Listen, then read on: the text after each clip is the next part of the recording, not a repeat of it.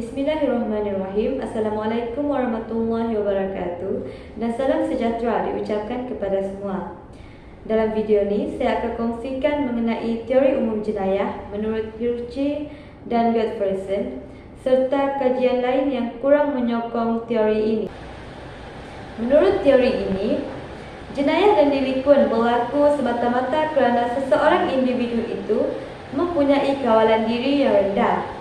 Kawalan diri yang rendah di sini bermaksud seseorang individu tersebut tidak dapat mengawal dirinya daripada melakukan sesuatu perkara negatif. Okey, saya bagi satu contoh yang dapat kita ambil bagi mudah untuk kita memahami mengenai teori umum jenayah ni. Contohnya ada seorang individu bernama Amin. Amin mempunyai dendam terhadap kawannya. Lepas tu, dendam Amin terhadap kawannya menyebabkan Amin berniat untuk melakukan sesuatu perkara buruk terhadap kawannya. Bagi melepaskan dendam yang terdapat dalam hatinya, Amin telah membunuh kawannya. Okey, nampak tak dalam situasi ini, disebabkan Amin mempunyai kawalan diri yang rendah, dia telah melakukan satu kes jenayah, iaitu kes pembunuhan. Okey, seterusnya kita lihat pula kepada kajian lain yang kurang menyokong teori umum jenayah ni. Kajian ini kurang menyokong teori umum jenayah kerana dalam teori umum jenayah menyatakan bahawa seseorang itu akan melakukan jenayah dan delikuen sekiranya dia mempunyai kawalan diri yang rendah.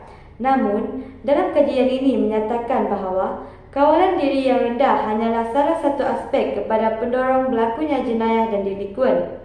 Ini kerana terdapat aspek-aspek yang lain yang turut menjadi penyumbang kepada berlakunya delikuen dan jenayah. Antaranya ialah fisiologi, neuropsikologi, personality dan sosial. Okay, kita lihat dari aspek neuropsikologi. Neuropsikologi merupakan hubungan antara otak dan tingkah laku. Menurut kajian ini, sekiranya seseorang individu itu mempunyai gangguan pada otaknya, perkara ini akan menjejaskan tingkah laku individu tersebut. Tingkah laku yang terjejas dapat menyebabkan seseorang individu itu melakukan jenayah dan delikuen.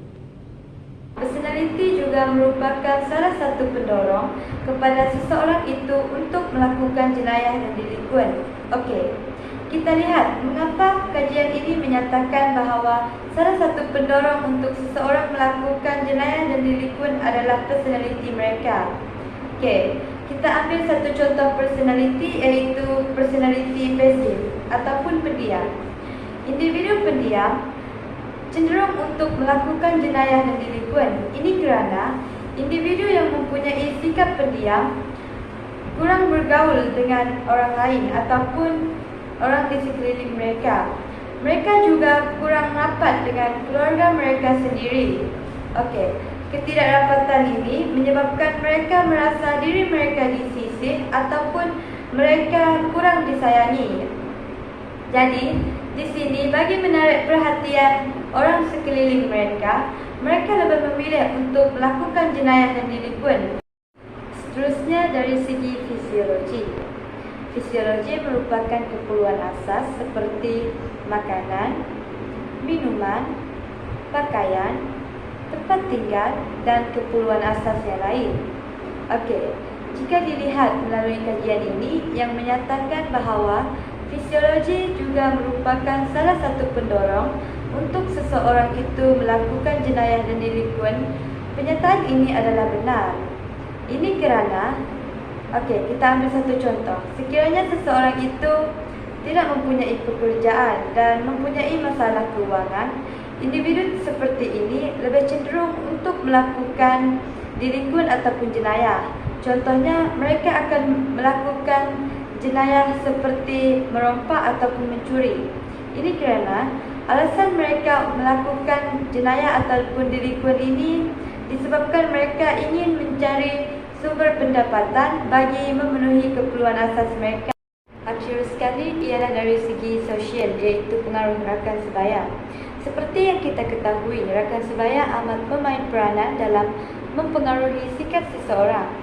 Jadi, sekiranya seseorang itu mempunyai rakan yang suka untuk melakukan perkara negatif, maka individu tersebut juga akan cenderung untuk melakukan perkara-perkara negatif. Okey, sekian sahaja perkongsian video daripada saya. Terima kasih.